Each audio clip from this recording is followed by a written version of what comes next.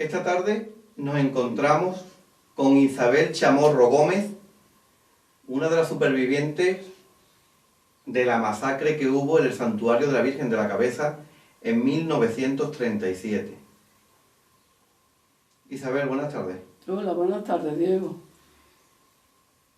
Quiero que nos cuentes tranquilamente, Isabel, tu vida desde que recuerdas tú, tu infancia, hasta el día de hoy.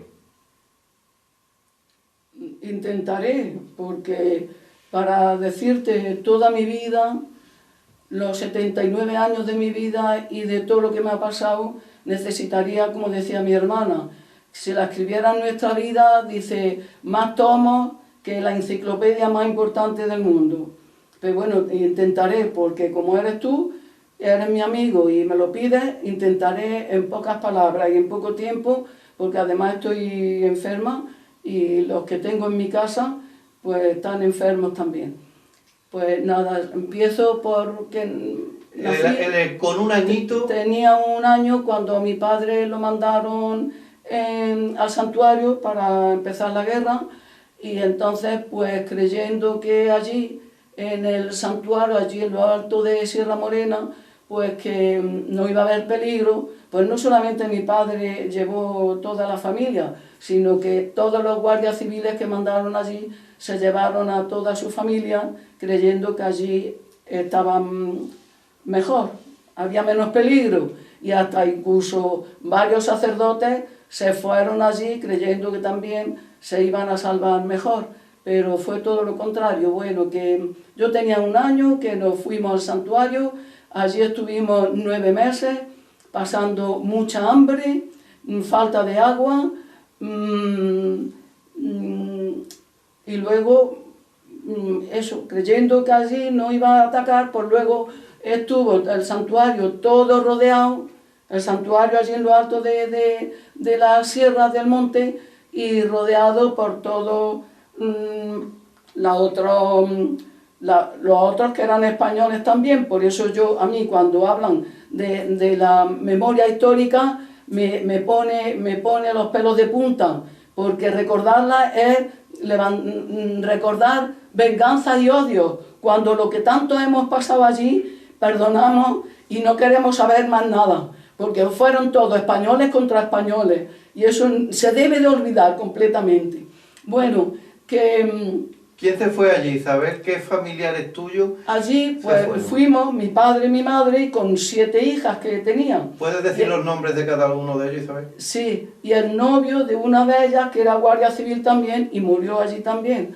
Pues mi padre Miguel, mi madre Isabel, mi hermana la mayor Juana, que tenía 23 años, la siguiente Ana, que tenía 21, la siguiente Carmen, que tenía 18, la siguiente Amparo, que fue la que me crió a mí, tenía 14, allí cumplió 15, la siguiente Remedios, que tenía 12, la siguiente Paquita, que tenía 4 o 5, y la última yo, que tenía 1 año. Allí estuvimos 9 meses en el santuario, que nos destinaron, nos tocó a nosotros, a mi familia, el altar de San Antonio. Tenía designado un altar, lo rodeaban con los bancos de la iglesia, lo recortaban, y entonces pues allí hacíamos como si fuera nuestra casa, así cada familia. Estando allí, como fueron 9 meses y pasando mucha hambre, pues no solamente mi padre, sino toda la gente de allí, todos iban al monte, iban por allí a recoger lo que encontraban. Y ya cuando fue mi padre y mis 2 hermanas mayores a recoger hierbas también, que no era la primera vez ni era lo único, pero ya estaba agotado aquello, pues cogieron hierbas, un buen montón para los demás, que éramos tantos, y entonces era cicuta, y murió mi padre, mi hermana la mayor, allí mismo, en el monte, allí. Al coger eso, luego se pusieron ellos a comer y se murieron allí. La otra hermana mía, mi hermana Carmen, que comería menos, le dio tiempo a bajar al santuario y decir lo que había pasado, pero allí no tardó ni 5 minutos en morirse echando, y me contaban, porque yo tenía 1 año, no lo sabía, espumarajos por la boca y dando como ataques hasta que murió. Después ya, pues mi madre con las 5 más pequeñas, pues allí como podíamos. Los aviones, claro, cuando echaban, como estaban a todo alrededor, los rojos que se llamaban entonces, el otro bando, pues claro, en cuanto veían los aviones, pues empezaban a tirar, no se aprovechaba nada. Todo caía o a su sitio o todo roto, todo roto. Isabel, antes de todo eso, nos remontamos los primeros meses allí en el santuario. ¿Cómo los vivió tu familia y el resto de familias que había allí? Porque había alimentación en aquel momento, ¿no? Sí, al principio hasta mataban vacas, que hasta la carne, como decía mi hermana, la carne negra, pero se comían. Y entonces también echaban a lo mejor, ¿sabes tú?, para la Navidad. Creo que mi padre lloraba de vernos allí todos, y unas latillas de conserva, unos higos secos, para celebrar la Navidad. Pues mi padre creo que lloraba de vernos allí. Bueno, que después, por resumirlo, que murieron mi padre y mis 2 hermanas envenenadas allí. Y luego de los cañonazos, ya como se tiró de los cañonazos de los rojos, se tiró todo el santuario abajo, pues ya el capitán Cortés dijo que cada cual se metiera donde pudiera, que ya en el santuario pues estaba todo destruido. Claro, con mi madre, con las 5 menores, cuando llegó a los subterráneos del santuario, pues estaba todo ocupado. Pues nos tuvimos que meter en una casa derruida, que dicen la casa de Colomera, que estaba ya derruida también de los cañonazos, y allí nos metimos. Y entonces, pues, mi hermana, estábamos metiéndonos por visto, bueno, a mí mi madre me tenía al lado, que fue un milagro que no muriera. Pues a mi hermana Amparo iba a meterse cuando un guardia civil la cogió del brazo y la retiró, porque ya estaban dando los cañonazos precisamente en la casa esa derruida. Y entonces pues entró un cañonazo, mató a mi madre y a mis 3 hermanas, y a mí muy herida. Como estaba al lado de mi madre, que fue un milagro que no cayera yo también. En fin, que creían que estaba reventada porque estaba allí entre la sangre de mi madre, de mi hermana y la mía, pues como si estuviera bañándome en un charco de sangre. Pero ya cuando me sacaron y me limpiaron, pues tenía muchas heridas por todo el cuerpo, pero no, vaya, estaba viva. Tu madre Isabel, antes de fallecer, sufriría mucho al ver que había perdido a parte de su familia, como era su marido y sus hijas, ¿no? Claro, bueno, creo que como una loca llorando, y al enterarse de lo de mi padre y mis 2 hermanas mayores, y eso. Ya luego el cañonazo que la mató a ella, que ella creo que estaba partida para la cintura, mi hermana, la que me seguía a mí, la cabeza por un lado y el cuerpo por otro. Y luego yo allí, en medio de eso, pues, no sé, cuando echaron mano a mí, pues eso. Entonces ya, pues enterraron Millán, que se portó muy bien con nosotros después también de salir del santuario. Millán y otros guardias civiles, compañeros de mi padre, pues fueron los que enterraron a mi madre y a mis 3 hermanas allí ya en una manta, en la fosa que hacían allí donde el cementerio, que no se sabe dónde están enterrados, pero por lo visto era por allí donde abrían una fosa todos los días, o cuando se llenaba abrían otra, y los enterraron todos liados en una manta en la fosa esa. Y ya cuando entraron los rojos, mi hermana conmigo en brazos, toda herida, hasta que nos llevaron al hospital de Andújar a curarnos.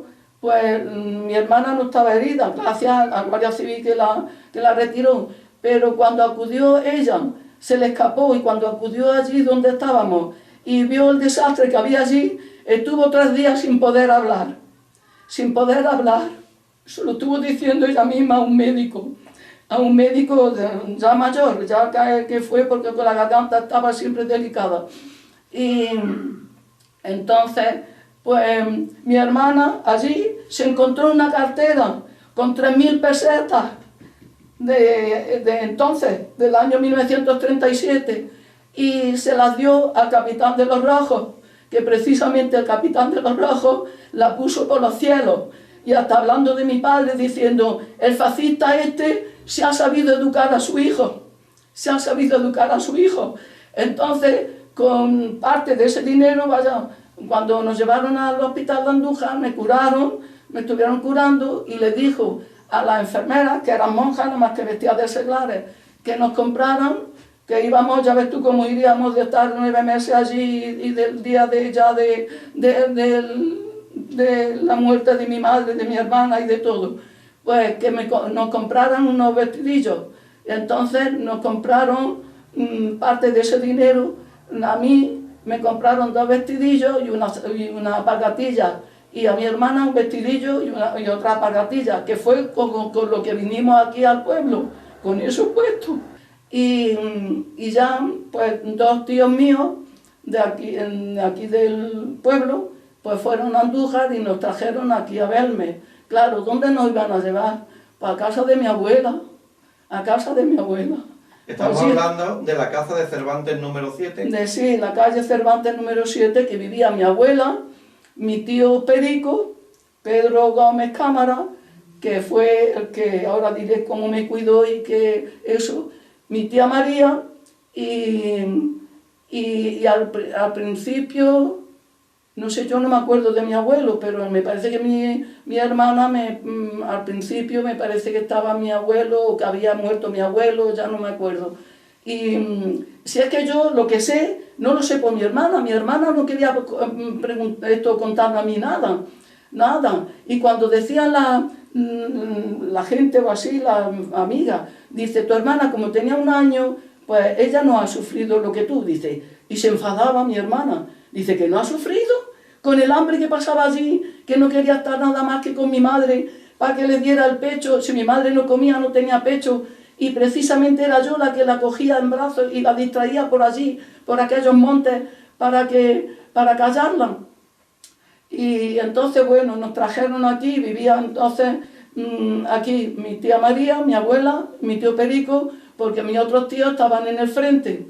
Y entonces, como mis abuelos tenían ganado, eran unos primos míos, ya más mayores, los que se ocupaban. Y mi tío Perico, como se cayó en el campo precisamente con el ganado, con el de pastor, pues se cayó y se rompió la cadera. En aquellos tiempos, pues nada más, estábamos en un sofá, acostados todo el día, de día y de noche, y allí se pasaba el tiempo. Entonces, cuando vinimos, pues mi tío me cuidaba, era el que me cuidaba.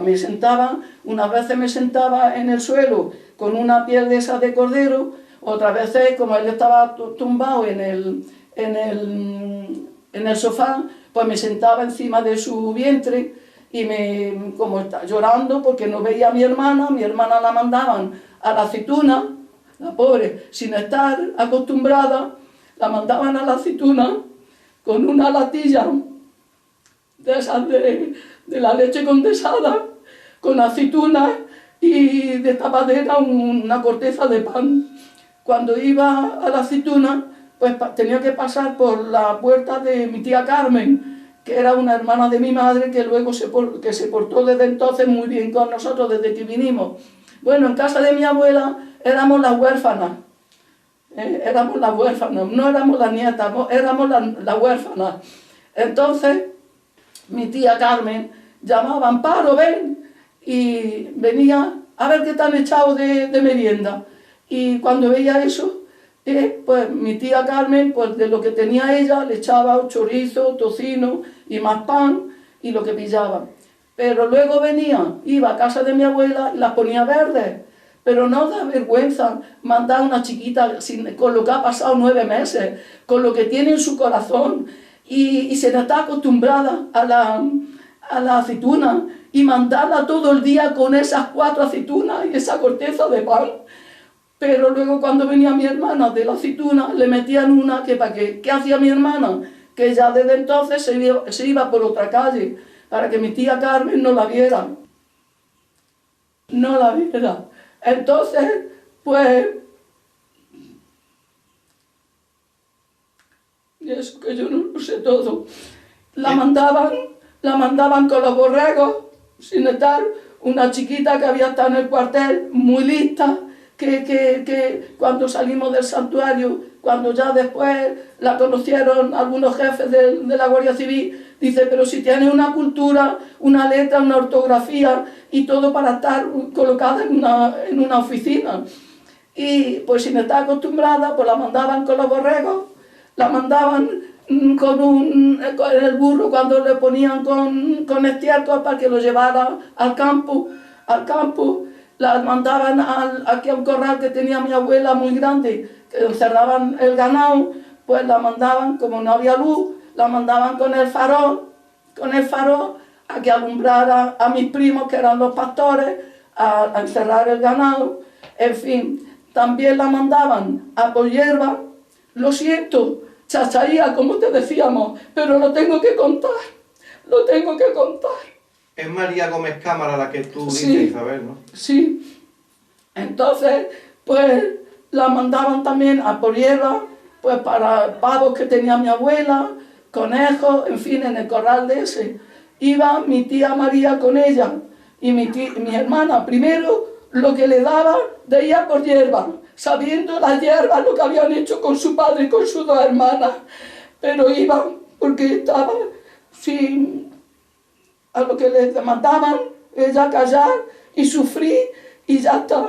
Y le decía a mi tía, dime tú qué es lo que tengo que recoger, qué hierbas tengo que recoger, cuáles son. Y en lugar de, perdóname, chachaía, pero tengo que contarlo, pillaba y se echaba a correr y se escondía. Y mi hermana no sabía para dónde seguir, para dónde andar. Y entonces pues la cogía por la hierba que veía por llevar algo a la casa. Cuando llegaba a casa de mi abuela y veían la hierba que había cogido, la cogían y se la tiraban en medio de la calle. Escucha qué hierba ha cogido, mira qué hierba ha cogido. Dice, le decía a mi abuela, a ver, si la María no me ha dicho lo que tenía que coger. Y entonces le hacían que la volviera a coger de la calle y la subiera a todo lo alto del pueblo a tirarla así otra vez. Eso pasó en esta casa, ¿no, Isabel? Sí, algunas de las cosas, porque yo las sé, algunas por mi tío Perico y otras porque mi tío Perico y ella hablaban allí en mi casa. Y como no quería que yo oyera nada, ni quería ponerme al corriente de nada, pues me ponía a escuchar. En cuanto sentía que hablaban algo del santuario o algo de la casa de mi abuela, pues me ponía a escuchar. Y por eso sé algo más, porque mi hermana no me ha contado nunca nada. Nada más que sí, cuando lo que me contaba ella llorando, abrazada a mí, no era ya de mi abuela y de mi tía. Y bueno, mi tío Perico lo insultaban porque decía que nada más que defender a las huérfanas, que la otra era su hermana, que también decía mi abuela, mi tía, Isabel, que era su abuela, que era su hermana. Siempre cuando dices tu tía a María Gómez Cámara, ¿no? Sí, claro, a la de la primera casa. Tan mala fue Isabel con ustedes. Sí, con nosotros se portó muy mal. Y ya te digo, porque no sé yo todo lo que hacían. Si le escondían el hilo, mandaba a mi tío Juan, que estaba en el frente, y mandaba a mi tío Juan hilo y tela y eso, y se la escondían. Y tenía que, mi tío Perico, acostado en el sofá, nos hacía alpargatillas con la suela y tiras de tela y se las cosía con con cáñamo de ese o como digan, como se diga, con hilo bramante, no sé cómo era, te decía mi tío. Y nos hacía él una sandalilla y una bargatilla con tiras de tela y nos las cosía él, estando él acostado en el ese. Y era el que cuidaba todo el día de mí, todo el día de mí, y el que me entretenía, porque yo hice mi hermana y empezaba a llorar, y esto, que lo que sí me contó mi hermana y me lo decía llorando y abrazaba a mí, que cuando salimos, un matrimonio de Barcelona, muy rico, sin hijos, quería adoptarme, y todos los días venía un guardia civil a hablar con mi hermana para que me dejara, que me adoptara ese matrimonio. Mi hermana, la pobre, lo que sufrió también, porque decía, yo ella no sabía lo que hacer. Por eso mi hermana era para mí, mi hermana, mi madre, mi padre, mi hermano, mi amiga, mi compañera, mi todo. Nos queríamos, ella me quería a mí, vamos, ya no podía quererme más, y yo a ella lo mismo. Y entonces ella se hacía un mar de lágrimas, porque decía, si la dejo, la pueden criar mejor, la puede educar mejor, pero yo con 15 años es imposible, por mucho que quiera cuidarla y criarla y de todo eso no va a ser lo mismo. Pero luego decía, y él que me decía a mí así llorando y yo abrazaba a ella, decía, pero el cariño que yo le puedo dar, pues muy bueno que sea el matrimonio, no se lo puede dar. Y yo le agradecí toda mi vida a mi hermana, abrazar a ella, porque no me hubiera dado en adopción.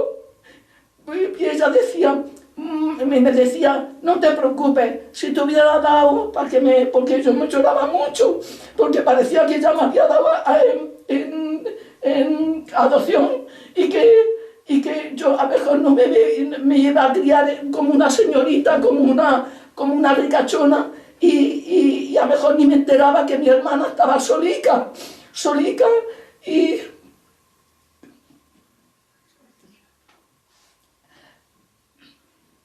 y entonces me decía mi hermano, no te preocupes, tú, no, si te hubiera dado en adopción, no te pierdes, no te pierdo yo, porque tengo yo aquí una mancha de nacimiento, y decía, yo por esa mancha de nacimiento, y por los ojos, te conozco donde hubiera estado, y te hubiera buscado al centro de la tierra, y te hubiera encontrado. Eso por consolarme, porque yo lloraba mucho, yo de pensar que mi hermana, es decir, yo muy bien, y mi hermana solica, y eso ahí sufrimos las dos muchísimo. Fueron más cosas, pero yo de las que sé, seguro que mi prima Felipa sabe mucho más que yo de todo eso, porque cuando operaban a mi hermana, como yo es que tengo mis sobrinos enfermos mentales, pues cuando mi hermana vivía ahí, la han tenido que operar, mi prima Felipa era la que se iba con ella, porque yo no podía dejarlo aquí. Yo iba a verla a mi hermana cuando que la han operado y ha estado mala, y luego mi prima se quedaba por la noche pues, hablando a ella, pues todo se cantaba. Y luego mi tío Perico, Pedro Gómez Cámara, que era el padre de mi prima Felipa y mi prima Ana.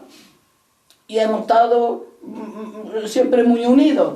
Él, mientras ha vivido, ha estado en mi casa, era levantarse, y bueno, cuando ha estado trabajando, que era forestal, no, pero era venir, o cuando ya se jubiló, y estaba en mi casa más que en la suya, allí con nosotras, por acompañarnos. Y ¿qué iba a decir? No sé lo que iba a decir sí, mi vida, Diego, es una pena y muy larga, y eso. Ya luego mi tía Carmen, como vio cómo lo pasábamos en casa de mi abuela, pues nos buscó una casa de alquiler que se portaron, le decían Pochiche de mote, y la mujer Ana la de Pochiche. Y teníamos una habitación de dormitorio, y en la cámara de arriba era la cocinilla que se apañaba mi hermana conmigo las dos. Y por sacarnos y que estuviéramos, y ella estaba al cuidado nuestro también. Luego ya nos acercó más a otra casa para estar más cerca de mi tía Carmen. Y entonces, pues ya luego cuando nos dieron la derrama de mi padre, pues compramos la casa allí en la misma plaza donde estábamos y donde vivía mi tía Carmen, porque ella cuidaba de nosotros, e incluso su marido, mi tío Francisco, que era tío político, pues siempre estaba, ha llamado a las chiquillas a comer, anda y llama a las chiquillas a comer, y estaba siempre, nos cuidaron también mucho, mi tío Perico y mi tía Carmen y mi tío Francisco.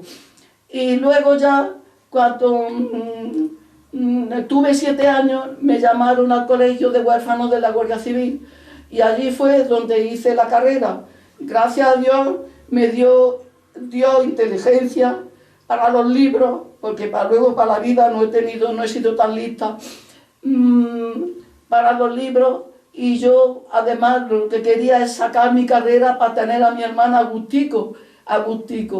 Entonces allí en el colegio de huérfanos de la Guardia Civil, que estuve 4 años en Valdemoro y 9 en Getafe, porque al principio en Valdemoro no se estudiaban carrera. Entonces, pues nos pasaban las que nos servíamos para estudiar, nos pasaban a Getafe. Y allí, aunque fueron tiempos después de la guerra malos, que pasábamos hambre y mucho frío, pero las monjas fueron, por lo menos cuando yo estaba, muy buenas con nosotros, y las compañeras como si fuéramos hermanas, que todavía, y ya hace 50 y tantos años o más, que nos separamos y todavía nos llamamos en Navidad. Fíjate si nos querríamos allí en el colegio. Claro, huérfanas, y allí pasando frío y hambre y todo lo que habíamos pasado, pues más nos unía, el dolor más nos unía, y nos queríamos mucho, nos ayudábamos mucho una a la otra. Y luego ya salí de maestra, pero estuve 2 años en una cortijada en el pueblo. Lo estoy resumiendo ya un poco más porque es muy largo, pero yo nunca me he separado de mi hermana. Ya ella se casó, ya cuando se quedó sola, yo me fui al colegio. Al quedarse sola, pues ya le salió mi cuñado como pretendiente. Era muy buena persona, que precisamente era hermano de la madre de mi prima Felipa y mi prima Ana, pues más unido que mi tío Perico, pues era tío carnal de mi hermana y al mismo tiempo cuñado. Y entonces, pues ya cuando yo salí del colegio con mi carrera, ya fueron naciendo mis sobrinos, y yo a mi hermana no quería dejarla para nada, pues hice las oposiciones, saqué muy buen número y pude elegir pueblos muy importantes, que estaba Jaén, que estaba Úbeda, que estaba Baeza, Malto, todo. Cuando vieron cómo estábamos en fila para pedir, vieron que yo pedía verme de la Moraleda, me dicen, pero chiquilla, ¿tú sabes qué pueblo es ese? Digo, sí, un pueblo muy chiquitillo. Dice, y lejos de la capital, ¿para qué pide eso? Teniendo el número 2, saqué el número 2, porque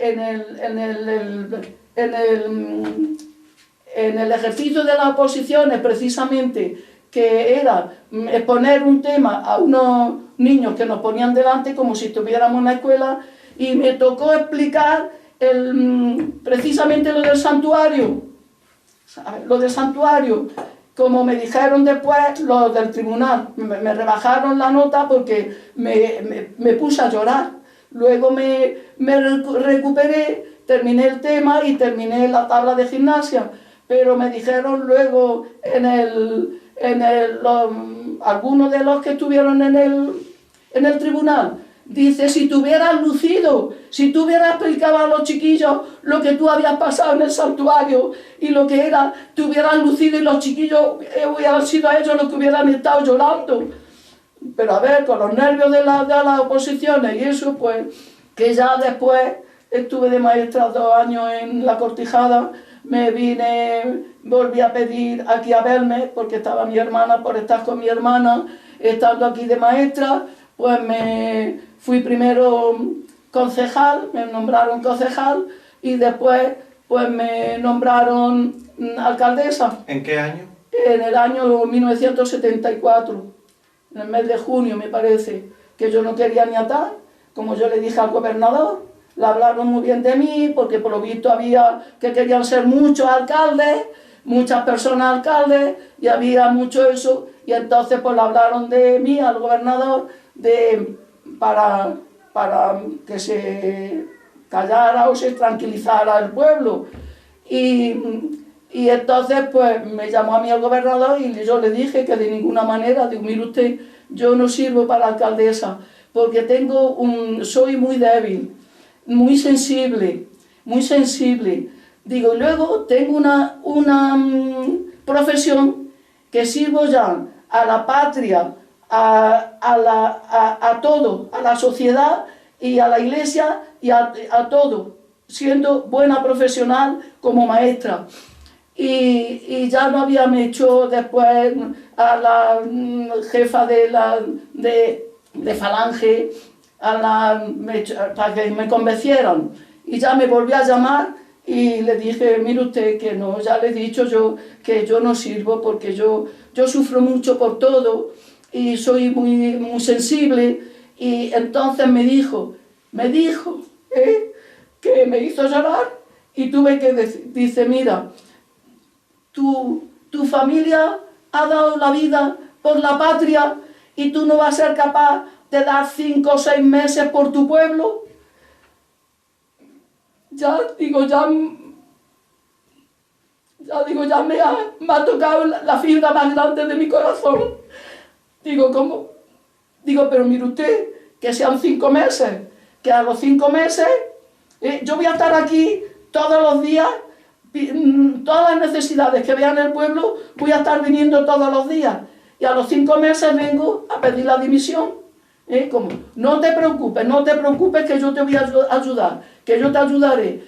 Y sí me ayudó, y me ayudó el jefe de sanidad, que no había médico entonces, y estaba el pueblo sin médico, estaban 2 o 3 escuelas que se estaban cayendo en casas particulares, que estaban cayéndose. Fui al delegado de educación, me presenté y le dije el problema, y ya ves tú si me ayudó, que el director que había entonces en el pueblo dice, ¿para qué va ahí, chiquilla, a ver al delegado? Si ya es tarde, ya le habrán eso.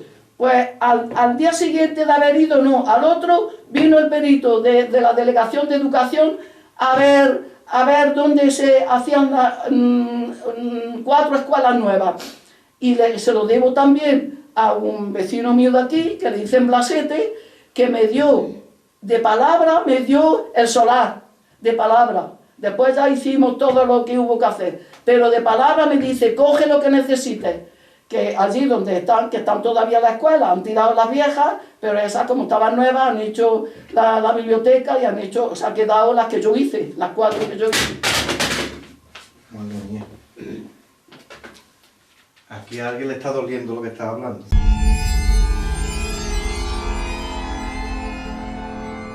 Todos los jefes míos según vaya, que me correspondían, me atendieron muy bien. El jefe de sanidad me ayudó a buscar que anduve por todo Jaén y por todo Granada, de todos los estudiantes de medicina, a ver que podía venirse, terminaba y podía venirse a mi pueblo de médico, que estábamos sin médico.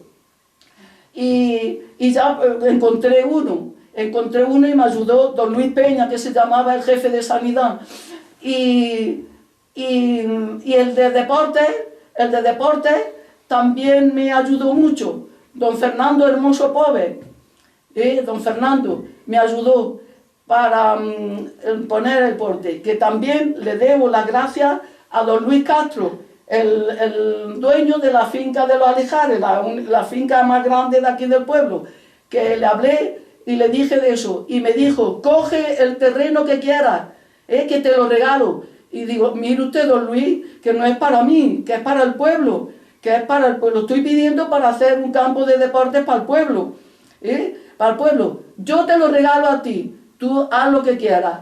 Y cogimos allí lo menos 10.000 metros cuadrados, que es donde está ahora el campo de fútbol, para hacer un campo de deporte. Como eso, el campo. Después no teníamos dinero para hacer ni siquiera acercarlo y también porque estaba así, había que desterrar un poco y eso. Pues nos fuimos el secretario y yo a Madrid, y a doña Ramona, la mujer de Alonso Vega, le hablamos y nos dio 50.000 pesetas de entonces para poder... Ah, no, eso fue para la guardería. Y para el campo de deportes, otras 50.000 pesetas sería. Nos las dio para empezar. Así que estuve nada más que 2 años y unos meses, porque después mis sobrinos se fueron a estudiar a Granada y a mí me tuvieron que operar que me di precisamente arreglando una escuela, ayudándole a la mujer que estaba limpiando, y tenía las mesas que eran bipersonales, de esas que pesaban mucho, y estaba la mujer sola, le ayudé y se me echó la mesa encima, me raspó el pecho y a los pocos días me salió un bulto. Entonces me tuvieron que operar, pero gracias a Dios no era malo, era que me había hecho mucho daño. Entonces ya con la operación, pues pedí, porque no me quería dar el gobernador admitir mi dimisión. Y entonces ya con la operación y eso, pues me fui a Granada. Y eso, que en 2 años y pico, gracias a los jefes que tuve entonces, y me escucharon y me atendieron, pues hice un montón de cosas en ese poco tiempo. No lo hice yo, gracias a ellos, porque yo nada más que iba a verlo. Y resulta que también lo voy a decir claro para que se sepa, si es que quiere saber mi vida, se sepa, que yo no falté ni un día a mi escuela, como les decía a todos mis jefes, que les pedía por favor que me atendieran a partir de las 5 de la tarde, porque antes el horario era de 10 a 1 y de 3 a 5. Luego más tarde tuvimos las permanencias que le llamaban, después de salir a las 5. Pero que me hicieran el favor de recibirme después al terminar a las 5 en mi escuela, que me recibieran, y todas cedieron. ¿María Gómez Cámara era consuelo de tu hermana? Que era el consuelo de mi hermana, con todo lo que he contado yo, y hay muchas más cosas. Y que mi hermana se iba con una latilla de aceituna y una corteza de pan a la aceituna.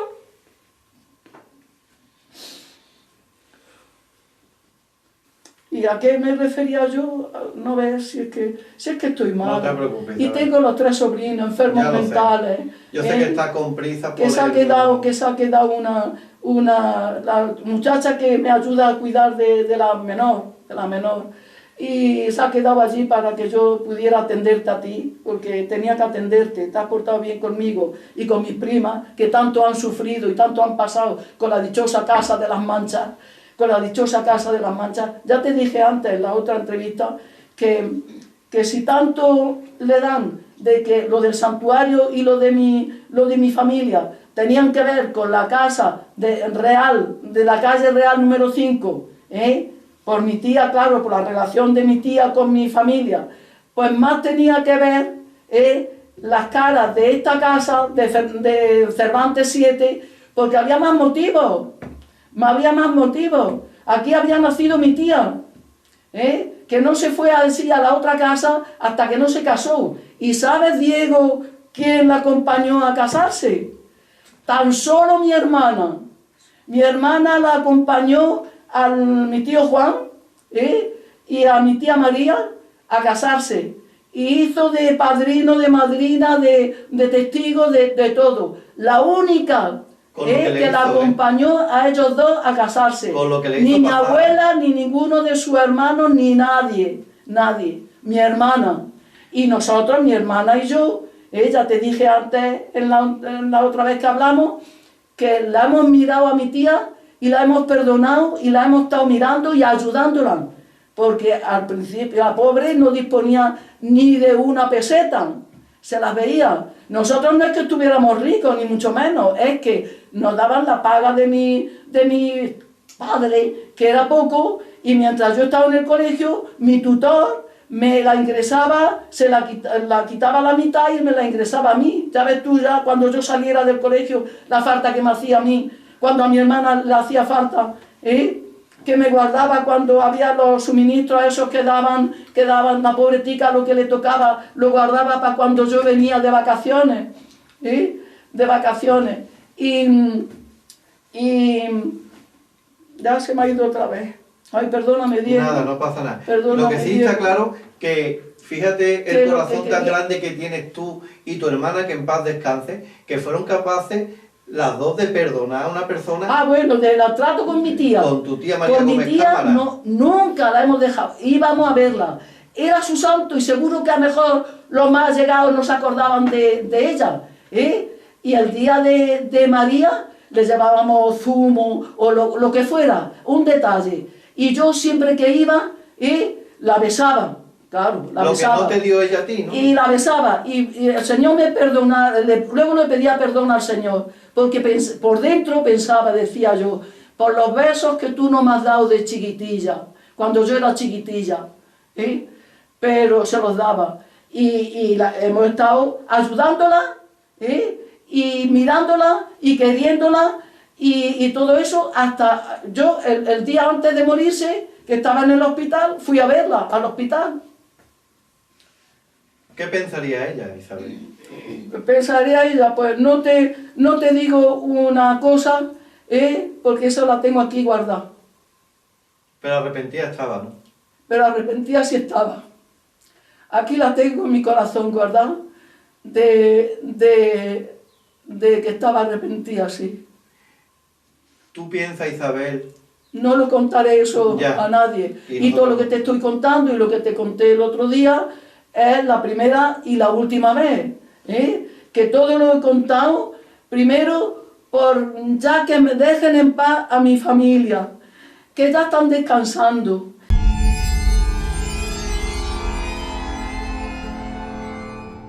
Después de tantos años de estudio aquí en Belmez, que pudo ser un castigo a María Gómez Cámara por todo lo que a ti te hizo pasar.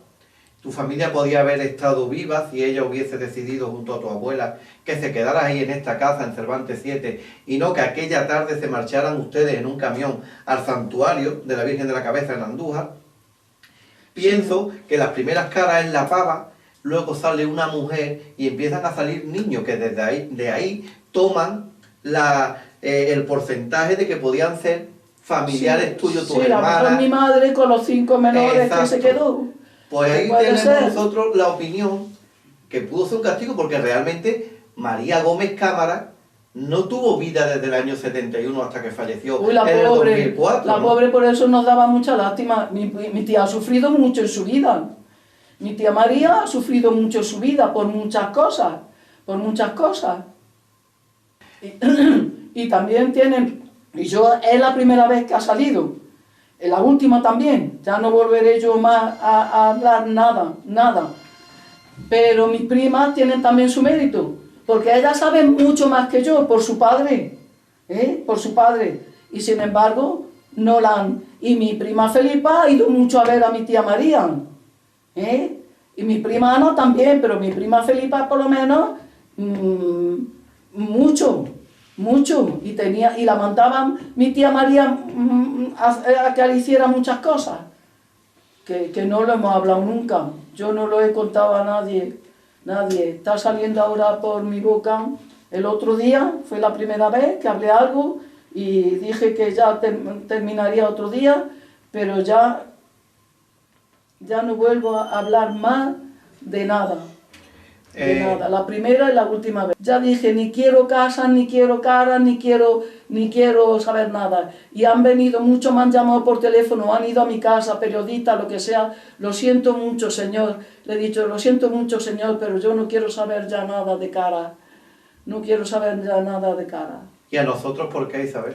Porque he visto que hasta la presente, desde que habéis empezado, pues he visto que sois sinceros, que tenéis conciencia y que tenéis preparación, porque todos esos certificados y todos esos títulos que tenéis no son inventados.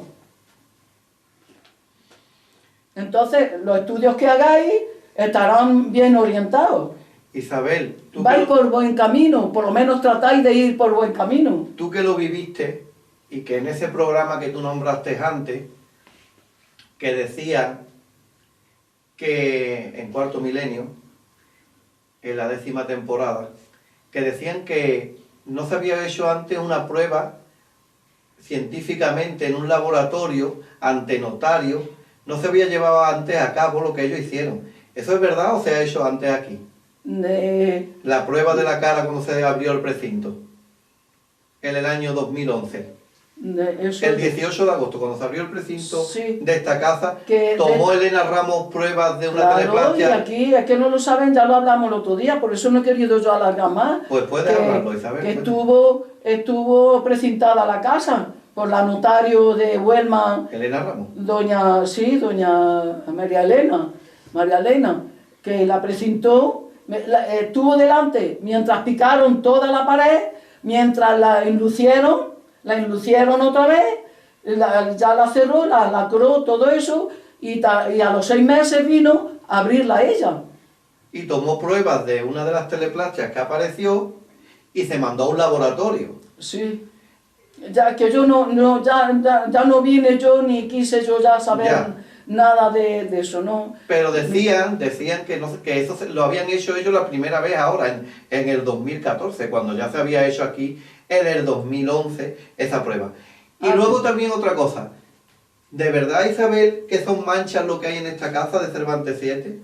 Yo aquí no he estado, ya te digo, como no quiero ver caras y no quiero, hace muchísimo que no la he visto, fue al principio de arriba. ¿Cuándo la viste al principio? Pero hoy, cuando he venido, que las que hay ahí en esa habitación antes de subir a esta, no había yo pisado, ya no había querido yo pisar esta casa más, ni nada de eso.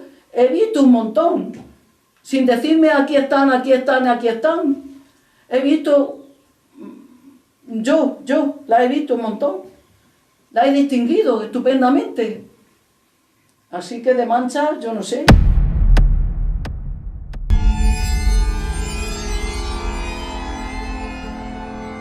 Pobretica, cuando la llevé a un médico de aquí y me dijo, llévala a un médico de corazón.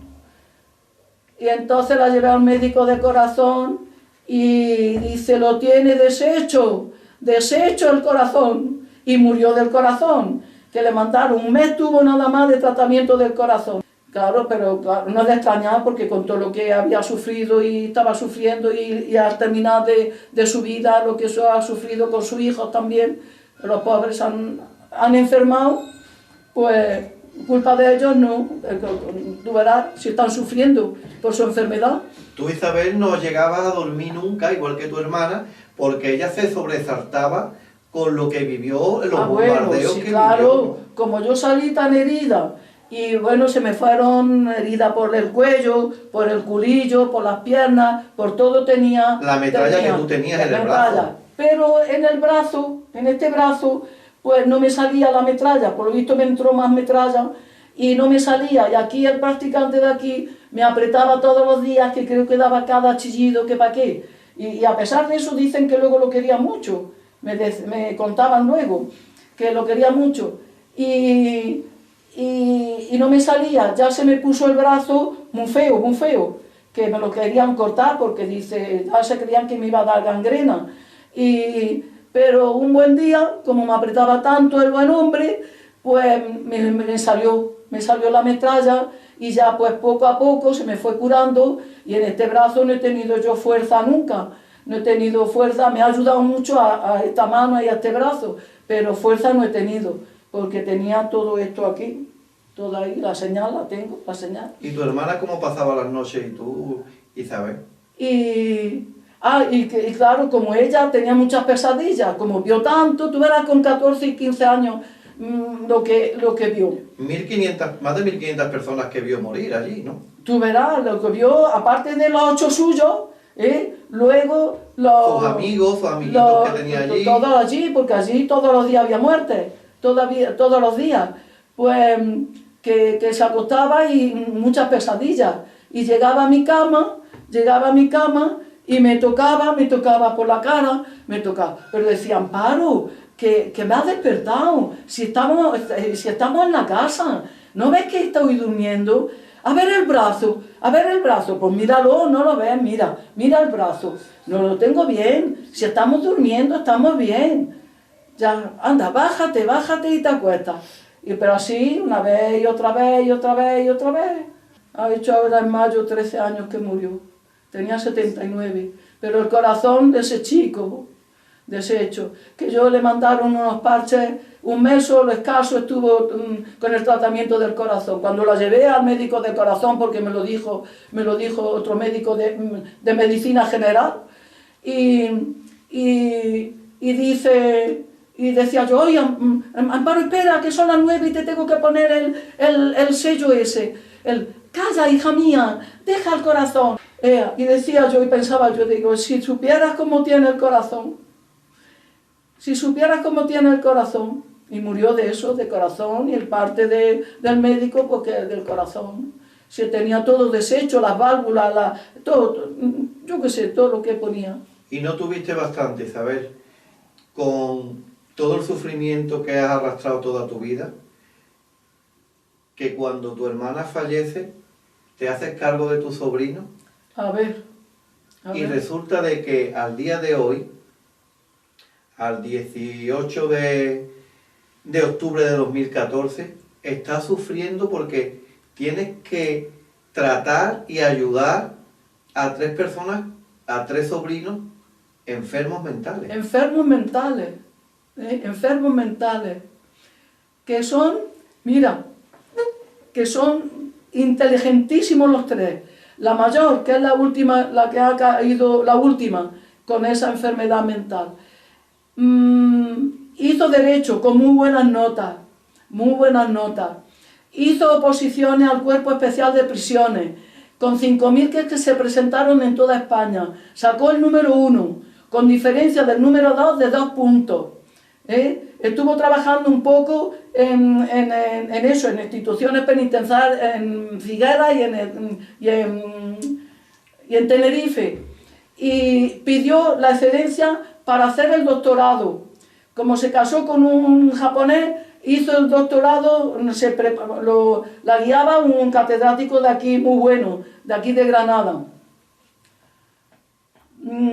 Pero lo preparó allí porque fue un tema de Japón, la ayuda económica de Japón al tercer mundo. Y lo preparó allí, que se entendía primero en inglés, pero de momento aprendió japonés, que se quedaron todos allí en la Universidad de Tokio diciendo eso. Mi sobrino, ahí está el pueblo, de lo inteligente, es lo abogado, educado. ¿no? Es abogado, ¿no? Sí, hizo derecho con buenas notas y estuvo trabajando un poco con eso, pero ya empezó con depresiones y con su enfermedad, que tiene neurosis obsesiva compulsiva con delirio de contagio, el pobre. Y que vale un montón. Y todo ese sufrimiento, ¿sabéis? Y nosotros lo sabemos de primera mano, lo que lleva sufrido. Y ahora, el dinero que lleva gastado en centro. El centro, a ver, llevando. Y van a peor, ¿no, Isabel? Y van a peor, y tú no puedes con tu alma. Tú verás, yo con eso, que tengo 79 años y medio, si tenía un año en la guerra, pues tú verás. Y los 3 enfermos, y no tienen más consuelo. Bueno, la mayor tiene su marido, que es una bellísima persona, y se ocupa de ella, pero luego no quiere nada más que estar conmigo. y la otra chica que está aquí conmigo, pues no pueden, dos enfermedades distintas, enfermedades mentales pero distintas, y caracteres distintos. Pues aquí he pasado yo muchos meses fatal, así estoy yo, que estaba muy bien, yo a pesar de que he sido, no me echaban la edad ni mucho menos, pero ni mucho menos, ahora estoy y no parezco la misma. Si tú no, ¿has visto una foto mía que tenía mi prima, que me la cogió el otro día? Ni tengo los mismos ojos que tenía, ni tengo la misma nariz que tenía, ni tengo la misma boca que tenía, nada. Y luego muy delgada, no es que he estado yo gorda nunca, pero he adelgazado mucho, y eso. Algo que quieras decirle a tu familia, Isabel, que yo sé, primero que es la primera vez que hablas esto en esta casa es la primera vez, y más en esta habitación. ¿Tienes que decirle algo si te estuviera escuchando tu padre, tu madre y tus hermanas? A ver tú, claro que me estarán escuchando. Y saben que es por defenderlos a ellos, por dejarlos, aunque no importa ya, porque ellos están en el mejor sitio que puedan estar aquí, así que da igual, pero yo como hija y como la más chica y como la única que está, tengo que defenderlos y ponerlos bien, y ahora, y hoy sobre todo a mi hermana, por mi hermana, que ha sido mi madre, mi padre, mi hermana, mi amiga, mi compañera, mi todo. Amparo, tu hermana Amparo. Mi hermana Amparo, la que me ha criado a mí, ¿Y a tu tía María? A mi tía María, nada, que sabe que la perdonamos, mi hermana y yo, mi hermana la primera, porque mi hermana era religiosa, era solidaria, era humana. Si te cuento cosas de mi hermana, no te termino nunca, de lo que era.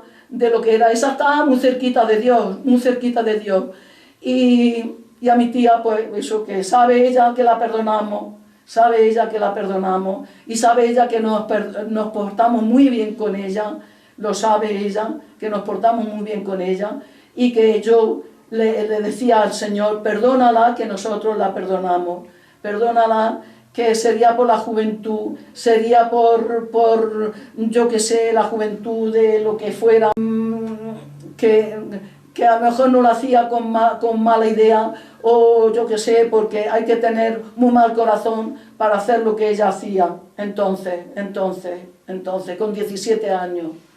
Luego la pobre, yo le tenía mucha lástima, y mi hermana, y por eso íbamos mucho a verla y ayudarle mucho, cuando hemos podido, cuando mi hermana le dieron el estanco, que también sufrió mucho para darle el estanco, porque la engañaron, querían dársela a otra persona, y escondieron los papeles de mi padre, los papeles que tenía que presentar mi hermana, y Millán, que ya era brigada cuando ya salió, que estuvo con mi padre en Cabra de Santo Cristo más de 20 años, allí en el puesto, y luego fue uno de los que enterraron a mi madre y a mi hermana cuando murieron, y sabía toda la historia, y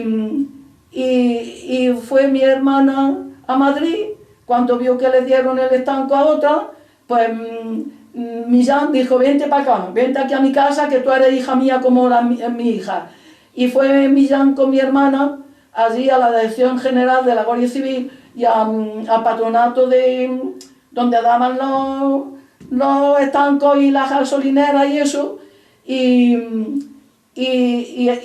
sacó, vamos que sí sacó las cosas, que tuvo que, hasta se arrodilló el que escondió los papeles, se arrodilló delante de Millán pidiéndole perdón, que le habían engañado a él, que habían dicho que mi padre había muerto de muerte natural,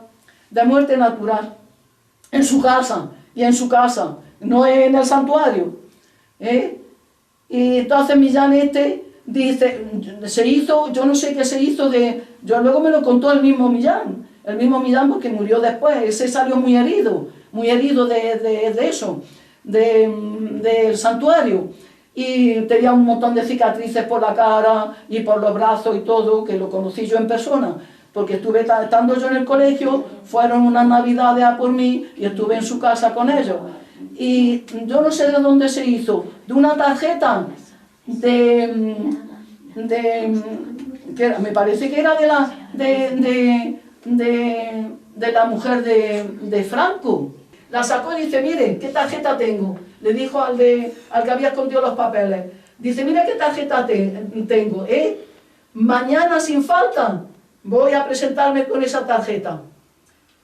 Dice, así que a ver lo que pasa aquí, a ver lo que pasa aquí. Entonces sacó todos los papeles de mi hermano y de todo eso y tuvieron que negarle, retirar a quien le habían dado el estanco y se lo dieron a mi hermano.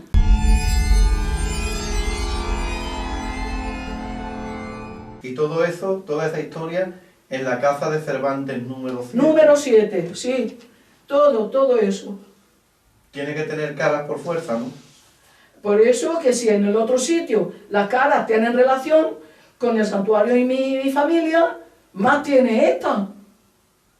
Porque tiene más motivos, ¿no, Diego? Cierto. Nació mi tía, aquí estuvimos nosotros pasando mucho, y todo eso. El 3 de febrero del 2004, al morir, a los pocos meses, el 25 de septiembre, empieza el fenómeno de las caras nuevas de verme aquí en esta casa de Cervantes número 7, que por cierto hace ya 10 años de que el fenómeno apareciera. Y ahí están, que las pueden ver y a ver quién ha cerrado la puerta. Pero es verdad, Isabel, que tú conoces una casa aquí que está llena de caras. Llena, no. ¿Hay caras? Que hay alguna. Vale. Y tú me dijiste que jamás diría que casa. Jamás. Jamás. Jamás.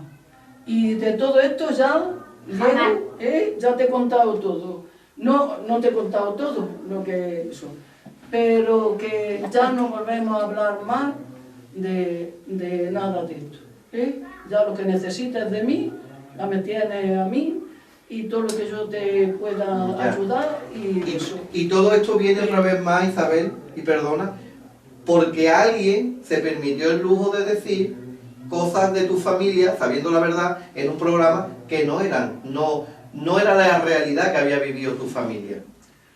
Sí. Y ahí empezamos esto, si no nosotros estamos en nuestro camino desde siempre y no nos hemos metido con nadie. Ya se ha metido más fuego. Ya, por eso.